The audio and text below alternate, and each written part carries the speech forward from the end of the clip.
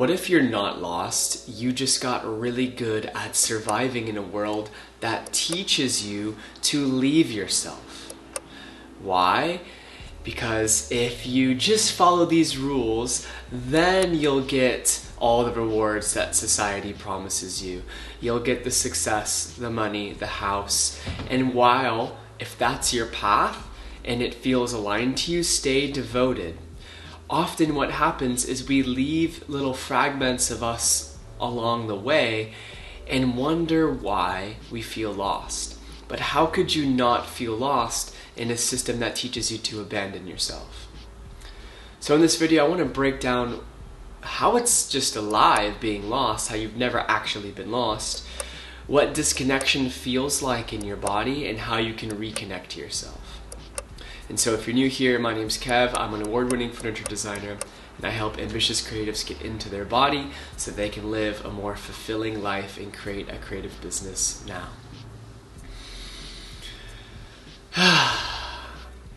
So when we feel this sense of lostness, I'll put it in quotation marks, we start to identify with the fact that something's inherently wrong with us, right?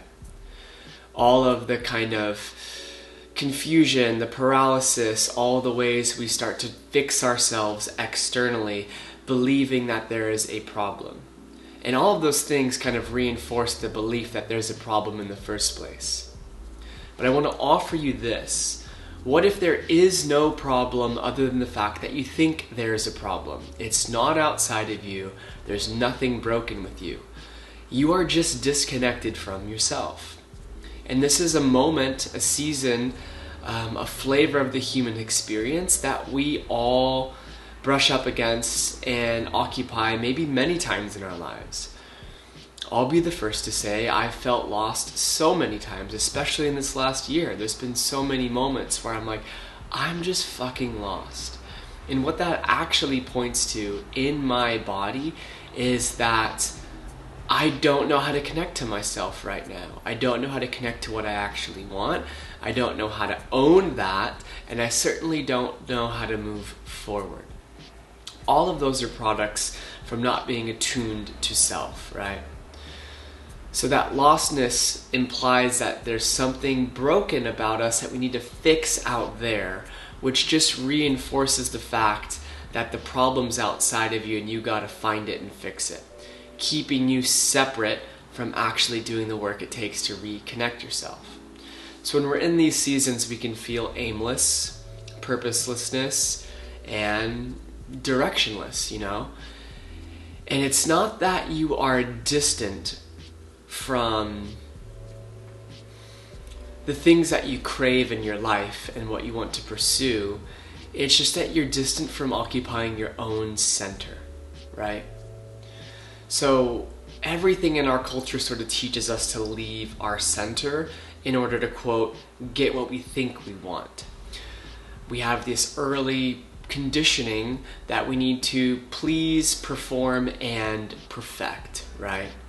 We got to please the people around us so that we can get our needs met. We need to perform very well, because if we perform well and all the time, 24/7, then we are more likely to have a sense of belonging, to get rewards, all that. And we better do everything perfectly because the world doesn't have any tolerance for imperfection, you know?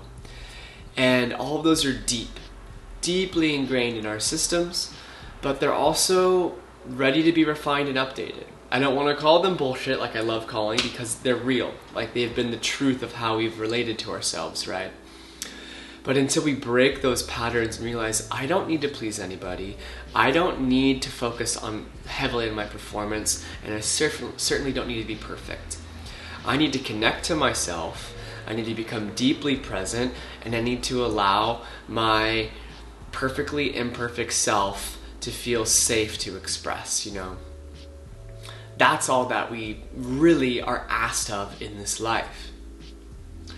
And what throws a huge wrench in that is the fucking hustle culture that says the more you do, the more rewards you get, like productivity over presence. You better do as much as you can and make sure that it's perfect and pleasing everybody. And you see everyone else doing it, so you're like, I guess I'll subscribe to that. And so we just get emotionally overloaded with absolutely no tools for regulation, right? And if you've been here before and watched any of my videos, you'll know that I'm an unwavering stand for resourcing yourself with the tools to be deeply connected to your body and sensitive to the moment, so that you can be wide, deep, grounded, and present, which is going to leave you best able and available to make great decisions, to create beautifully, to have impactful conversations, to navigate the sticky, icky, dense, crunchy parts of life that we're often confronted with, right? If you want help with that, the Embodied Creator Toolkit, a link in the description below, is a great resource to help you embody that deep, wide presence and to give your gifts. But now I want to talk about what disconnection really feels like, so that, not that you need validation, but just so you can know that you're not fucking alone, right? Your body it's so hard to pretend that your body isn't dysregulated, right? We have this numbness. We have to numb ourselves from feeling the intensity that might be moving through our body, that activation.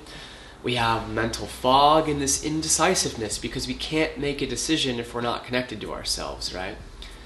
We have this constant feeling of searching for something out there, while at the same time not feeling fully satisfied, right? And then just not to mention that sensation of literally being out of your body, like you're not fully home, you're not fully present, And so people try to think their way back to themselves, They try to meditate and say, stop thinking, stop thinking, stop thinking. And while I'd rather have people do that than not, the only way that I've ever found that actually connects me back to myself is feeling my way home, is to release some of the tension I might be clenching in my gut, to really breathe and allow space for the emotion that I'm actively avoiding to come through, and to allow myself to tune out and unsubscribe from the fucking world that's happening around me, But that's like some really, really, as much as that sounds simple, that's scary and frightening. You're gonna meet your edge.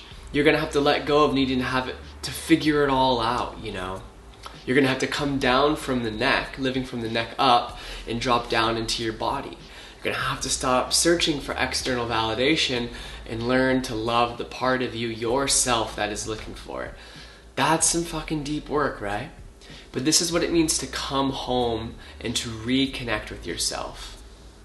It starts with breath, stillness, touch, There needs to be space that you create so that you can listen to that quiet voice, that knowing beneath all of the noise, right? It's not hard to acknowledge that we have 1,000 different voices from the outside world and opinions and shoulds and all of those things constantly bombarding us. From the moment you wake up, and I hope that you do not look at your phone immediately, but I know most of the population does, and I'd encourage you not to do that. From the moment you wake up and open your phone to the second you step outside, all the way to the point at which you go to bed and you finally put your phone down, you are subjected to thousands and thousands and thousands and thousands of pieces of information, opinions, shoulds, examples of what life can look like that you currently aren't living, so you shame yourself for not being there. It's slippery, right? You have to tune out of all of that to actually create the space for your inner knowing to have enough resonance to amplify so that you can feel it and hear it. Or else it's just muddied and muffled until life will do some big event to you, right? God forbid, but sometimes that's how life gets the attention of you, right?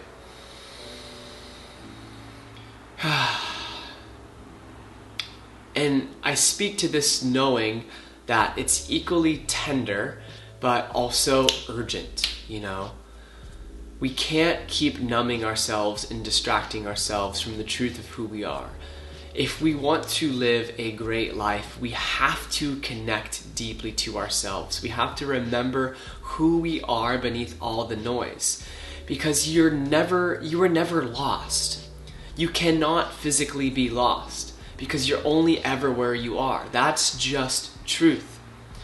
There's seasons where you might not feel connected to your purpose. You might not feel connected to what you want. And that's okay. And in fact, who's to say that that's not your very purpose in that moment, so that you could accept that it's time to reconnect to yourself, to do what fills your cup first, to stop the people pleasing, to stop hustling and overperforming, if just for a moment, so that you can finally become deeply present with yourself and listen and attune to your own needs. Would you imagine that? Imagine the world that's created when you are deeply attuned to yourself and leading from that place. We falsely assume that we have to leave our center to do what's right for the people in the world around us. But doing what is right for you, connected to your integrity and connected to your open heart and your creative core, is always what's right for everyone else. Taking that moment to connect to that is what's right for the world in that moment, you know? So, it's time to come home to yourself. It's time to drop the numbness, time to drop the disconnection, the distractions, the busy, and create some pause in your life.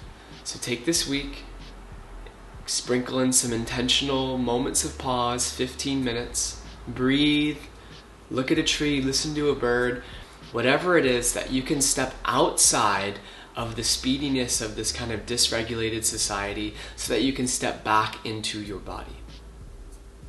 And if you want help with that process, I invite you to check out the Embodied Creator Toolkit. It's a great resource to help you get deeply in your body, connected to yourself, so that you can give your gifts more fully. But in the meantime, I just appreciate you being here. I value you giving me your precious time, and I'm looking forward to seeing more of you in the next one. Ciao.